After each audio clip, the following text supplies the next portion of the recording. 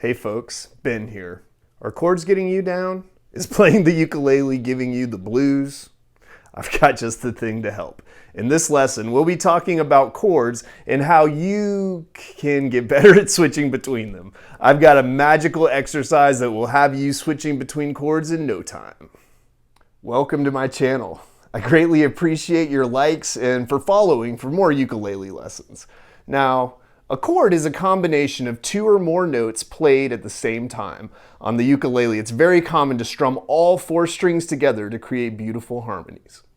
When playing chords, it's important to understand that you want to bend your left hand finger strongly at the last digit so that your fingers are more or less perpendicular to the fretboard as you press on each string, pushing the string straight down into the fretboard.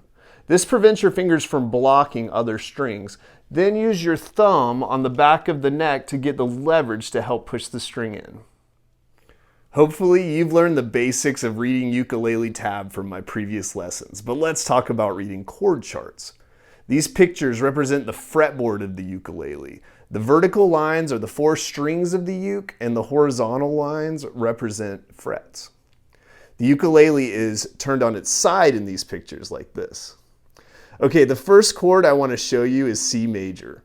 To play this chord, the chart is telling you to put your third finger on the first string, third fret.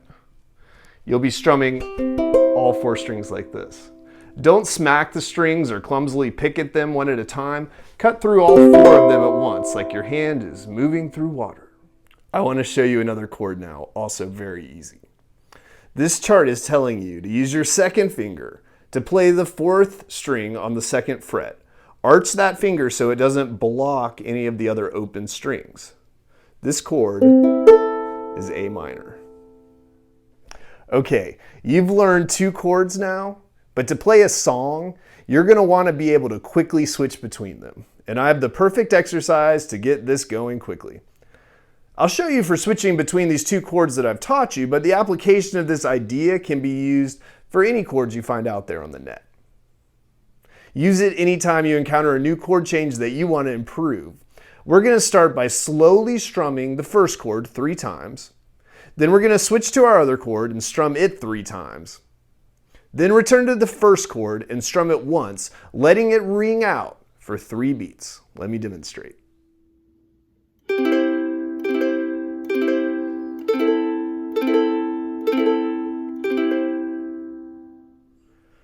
Oh, but we're not done yet.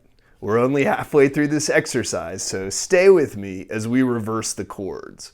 We're going to start on the second chord this time, strum it 3 times, then move on to the other chord, strum it 3 times, then return to the second chord and let it ring out. Make sure to let the long chord ring out for its whole 3-beat duration.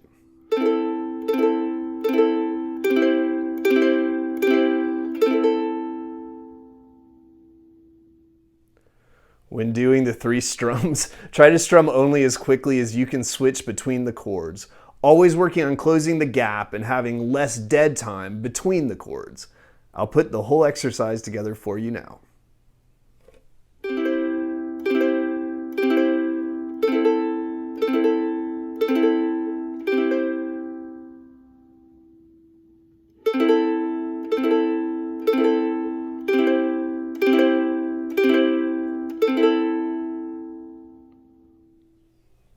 All right, folks, the next 2 chords I'd suggest you learn are F major and G7.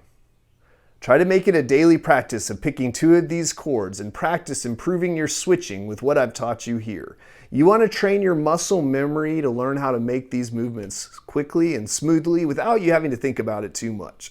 Believe me, you're going to want that extra brain power for strumming and maybe even singing. Stick with it and soon you'll have all your fingers moving together as you switch chords. See, chords don't have to be a chore. Thanks for watching and supporting my channel. Take care and keep picking, my friends.